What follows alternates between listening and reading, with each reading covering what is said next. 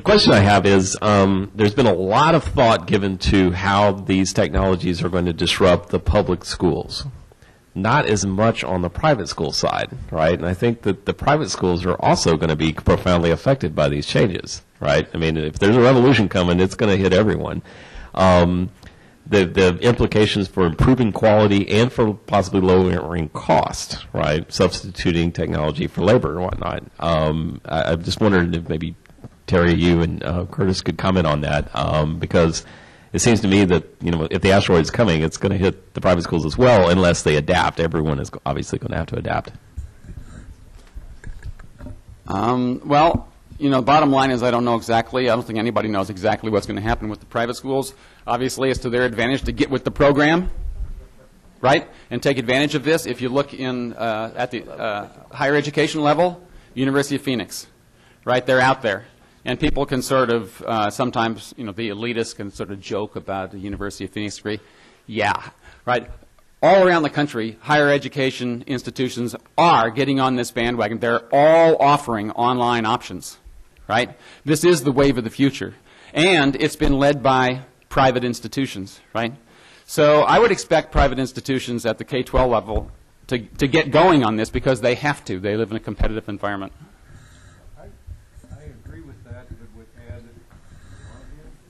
Okay.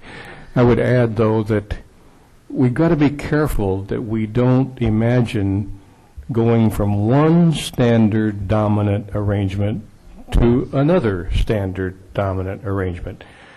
The core message coming out of a generation, the millennials, who are more different from each other and more different from previous generations than at any time in our history, is that we have to be open to and welcome differentiation. So in a way, it's like we need to cut a new deal. That the folks who learn in traditional ways, and that still may be, I don't know, 20, 25, maybe even 30% of young people, and some of those private schools cater particularly to those that learn a certain way, that's fine. That's a part of the market, and we shouldn't be trying to, from the outside, undermine that, and it may be also true in the public school sector. But the deal we need to cut is we're not going to say that that's inappropriate if that's what the market wants, but you've got to stop being intolerant of the new and different stuff that is taking place in a wider scope of learning kind of strategies out here. Yeah, go ahead. Just two examples, because we don't differentiate. We have virtual schools that are private and public that are our members, and those of you that know the Holton Arms School is one of those traditional all-women's schools that's very highly regarded nationally as a private school. They just started the first virtual school network for other private, highly regarded girls' schools. And then the other example is there's the first national Catholic private school that is a virtual school online. It's nationwide. So it's happening. I'm Representative Bob Scarpel out of North Dakota, and I think every legislator should hear this presentation, quite frankly.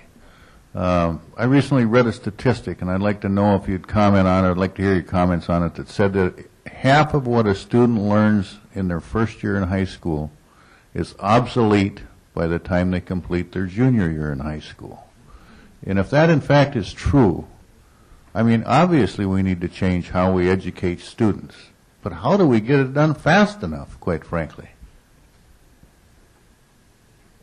Go ahead. Isn't the whole challenge here is to cultivate succeeding generations that know how to learn, how to adapt, because we can find out the knowledge that's turning over at the rate you suggest. But if we just, on the one hand, condition young people to think that they can't know anything we don't tell them, then they don't have that skill. And that's still what we sort of do in most of K-12 practice. We kind of condition them, despite the fact that these young people do know how to learn.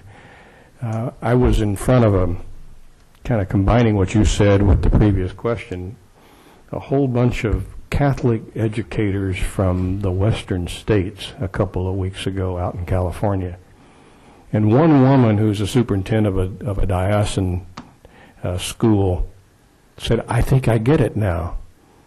We could combine Catholic values with technology as a medium, and we might actually be able to expand our market share. And she was right on to the notion that what they need to do is to add the value equation to what's already happening with young people in their facility for learning, and to put frameworks around that, and to be coaches and guides in the process. So I think you're absolutely right. I mean, if you want to, pick any scary book you want, from Fareed Zachariah's The End of the American Century to one of Tom Friedman's books, or just download that little 6-minute video that kids and the principal at Arapahoe High School in Colorado did a few years ago that they keep updating, called Did You Know?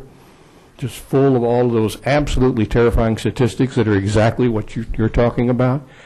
I mean, it ought to tell us that, Terry's right. You got to fundamentally recognize this is a revolution, and unlike a lot of the others, it's good.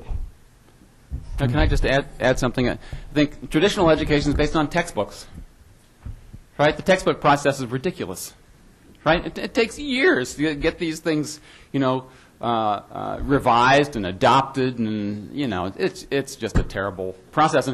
And online, these things can be updated very quickly. The software programs can be updated. Plus, in the future, there's going to be open source textbooks, right? And these things are going to be modified continually. It's going to be like a rolling process, right? So the contrast to today's textbook process is just going to be absolutely dramatic. And kids are going to get up-to-date information. They're not going to be trapped reading something that's old. Thank you. Representing Marvin Klebb, Kansas. In the interest of incremental progress, to get buy-in from parents and teachers, is there a hybrid model where technology is used and teachers operate as proctors or tutors? And that might be a way to get this started so they don't see such a threat to their jobs? And is there a good example of that that we could use? Yes, there are lots of them, and we've put out a promising practices report that is on blended and hybrid learning called The Best of Both Worlds, and it gives a whole series of examples of that. One of them is in Chicago. It's called Voice Academy, Virtual Opportunities in a School Environment, where you really have the best of blended hybrid learning using online learning, and the teachers supporting students in totally new ways that is really working well for the kids to move at any pace. I think you can't emphasize enough what Terry said about both the regulation issue and the obstacles. I don't know of any examples where we've regulated our way to excellence. I mean, if you can name one, I will write it down and use it prominently as an example in the future. I don't know of any. But the problem is exactly what he said. For lawmakers to get the stuff out of the way that's stopping the market from working. Each of us can guarantee you with no reservation that demand will drive this change if we get the roadblocks out of the way. That's the policymaker's job.